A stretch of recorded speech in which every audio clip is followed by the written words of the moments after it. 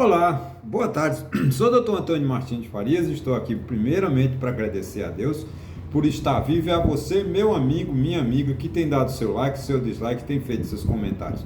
Meu muito obrigado mesmo a você estar assistindo aos meus vídeos. Quero agradecer de coração os meus 325 amigos, estou muito feliz com vocês, muito obrigado, e nós vamos triplicar, multiplicar esse número. É só que a gente continue passando por um amigo, por uma amiga, pedindo para que ele se inscreva no meu canal.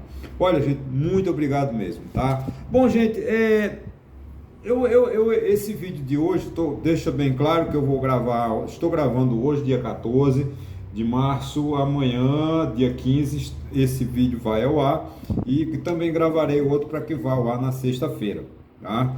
Desculpe, a semana passada eu fiz uma confusão. O que era para ser na quarta foi para sexta, o que era da sexta foi para quarta. Mas é a vida, errei, peço perdão. Bom, gente, uma das necessidades básicas de um país é ter uma política econômica definida, curto e longo prazo, curto, médio e longo prazo. O Brasil perdeu essa capacidade de ter política econômica com um viés longo. Nós estamos vivendo o dia a dia. A inchação do Estado, o Estado está muito inchado administrativamente, muita gente, né, prestando serviço de má qualidade, obviamente, que não tem bom serviço público prestado no Brasil em nenhum setor, infelizmente, muito mal. O que nós temos é a ausência do Estado.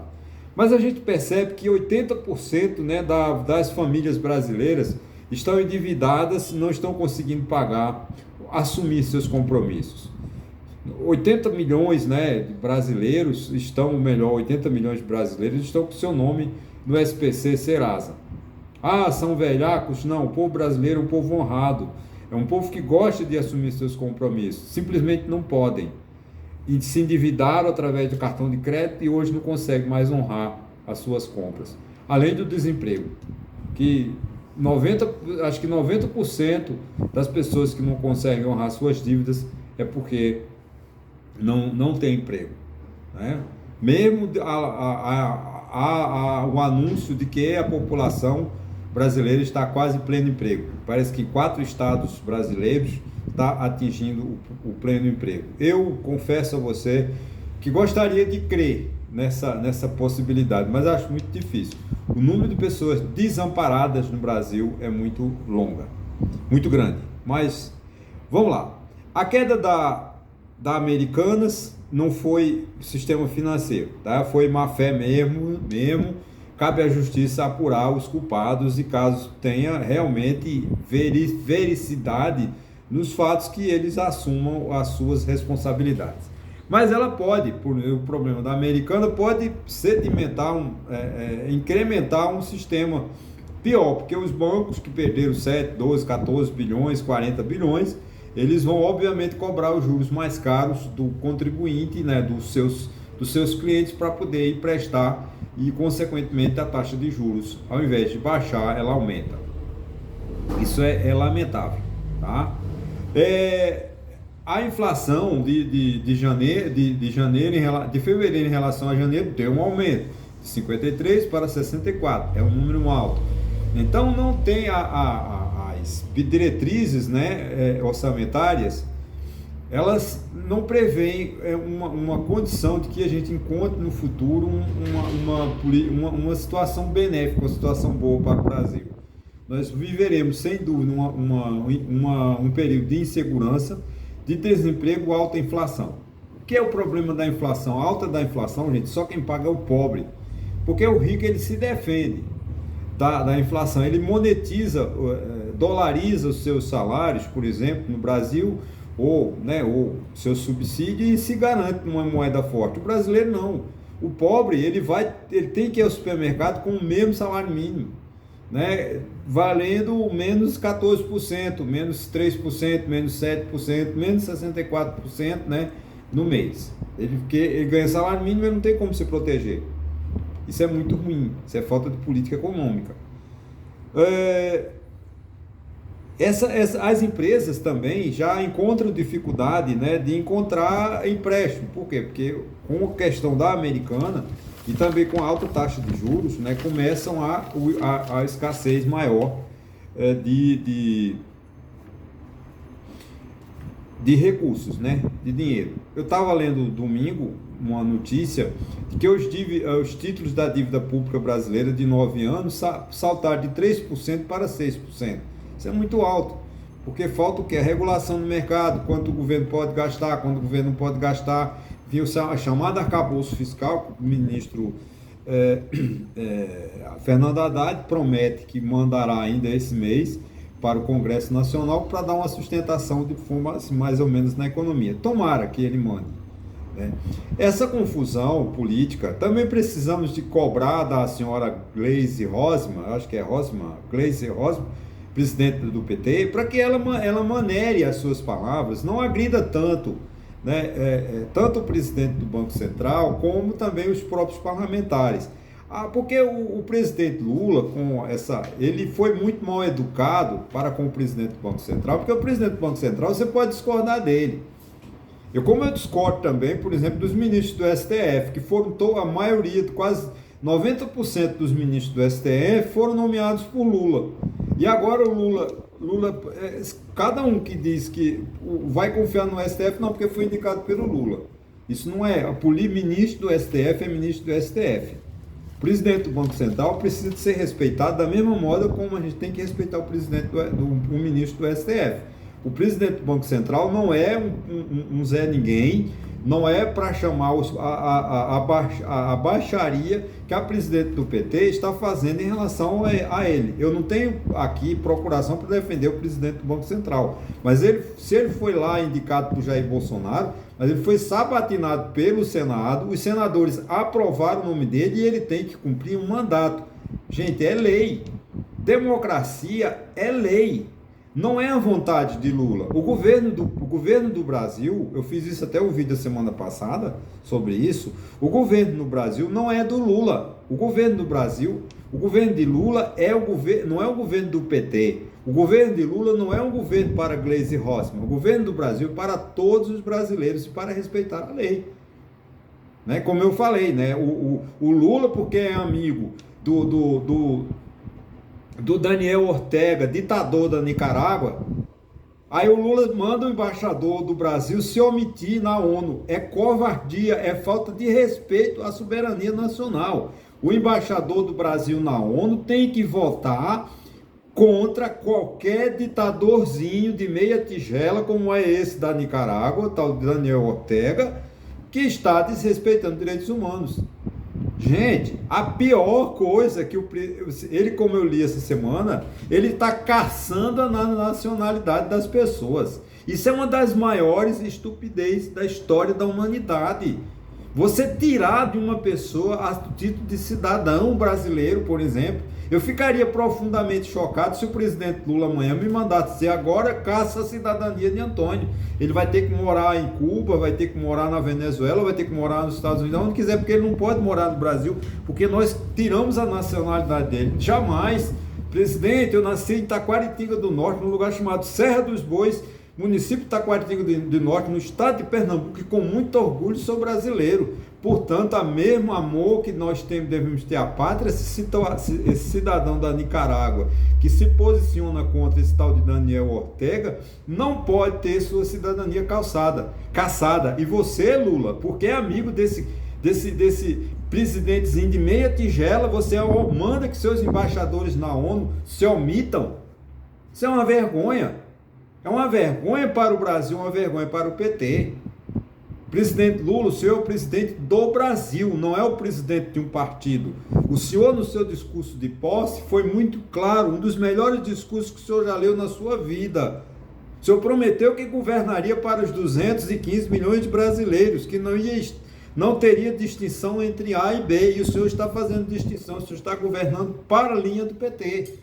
Está mandando a votar na ONU coisas que é para a dona...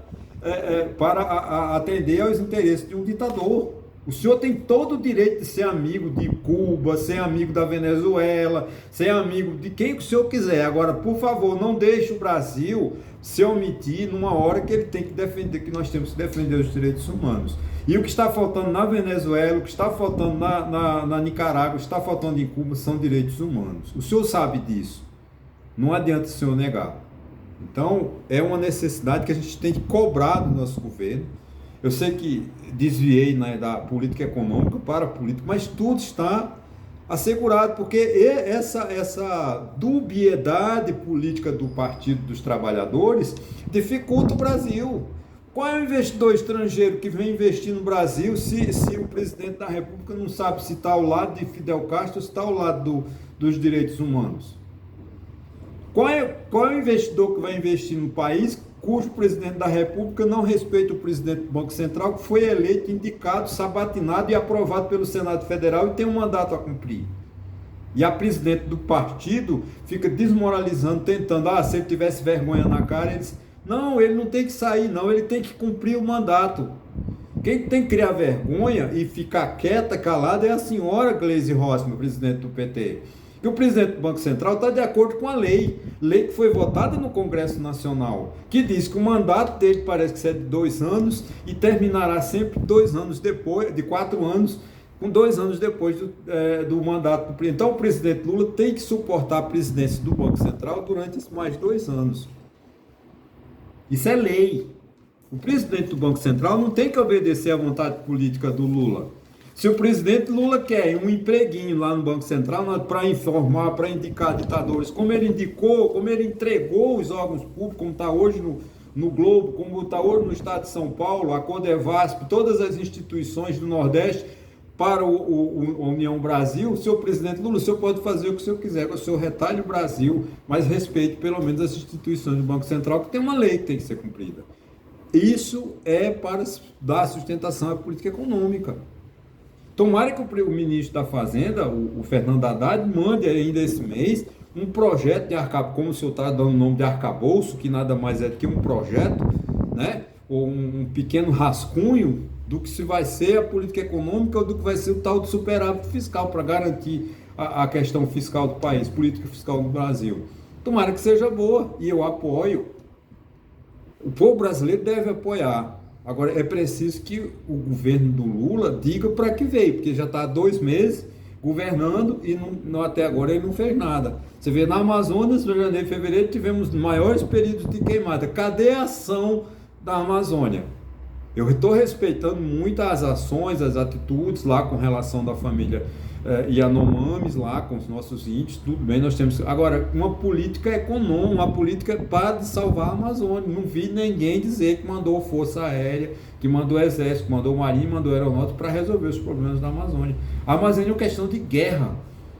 Temos que mandar uma força-tarefa para resolver o problema da Amazônia. Não vamos resolver o problema da Amazônia nos reunindo com o ministro da Europa, com o presidente, com o representante do governo americano que vem aqui. A ministra do Meio Ambiente tem que sair de Brasília e ganhar o mato, ir lá para a Amazônia e combater realmente com política efetiva para nós acabarmos com essas queimadas. Porque salvar a Amazônia é salvar a vida.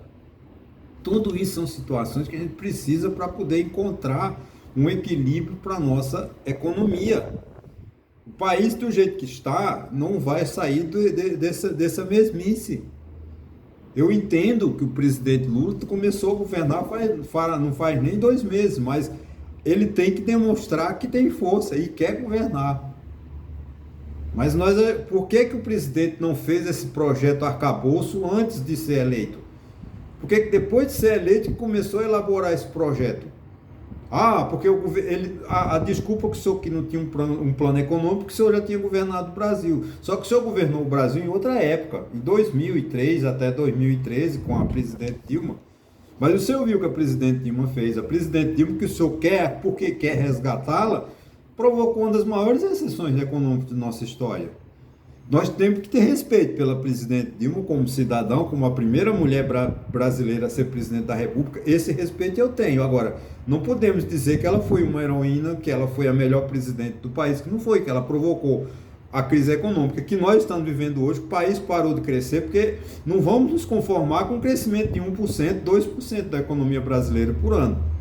Eu acho que o pessoal do Bolsonaro não pode dar pulos de alegria e dizer, porque o Brasil cresceu 1,99 em 2022. O Brasil está estagnado, a economia brasileira não cresce há quantos anos? Por quê? Porque falta de política econômica. Isso provoca o quê? Provoca falta de perspectiva e esse endividamento. O que é o endividamento da população brasileira? O salário não dá mais para nada. A inflação corrompeu o salário do povo brasileiro. Há quantos anos? Tivemos a pandemia, que foi uma tragédia na vida de todo mundo. Mas cadê o governo que vinha com salvação de política econômica? Nós não temos. A gente precisa de um governo que atue. Agora, um governo que saiba governar para todos os brasileiros, não um governo só para meia dúzia, para o chamado grupo do PT, ou aqueles amigos de Lula do Palácio lá, que se reúnem para comer churrasco de picanha. Tá difícil da picanha entrar na dieta do brasileiro. Mesmo que a carne tenha reduzido de preço, a gente entende agora, tá difícil, né? Porque um salário mínimo não dá para comprar nada, convenhamos. Então, vamos trabalhar para que a gente melhore a economia do país e leve esse país a crescer. Eu quero que o país cresça mais de 2% ao ano, que a gente crie uma política econômica, uma reforma administrativa, né, para que esse país saia do buraco. A gente não pode ficar nessa situação que nós estamos vivendo. Ok, gente? Muito obrigado e até a próxima.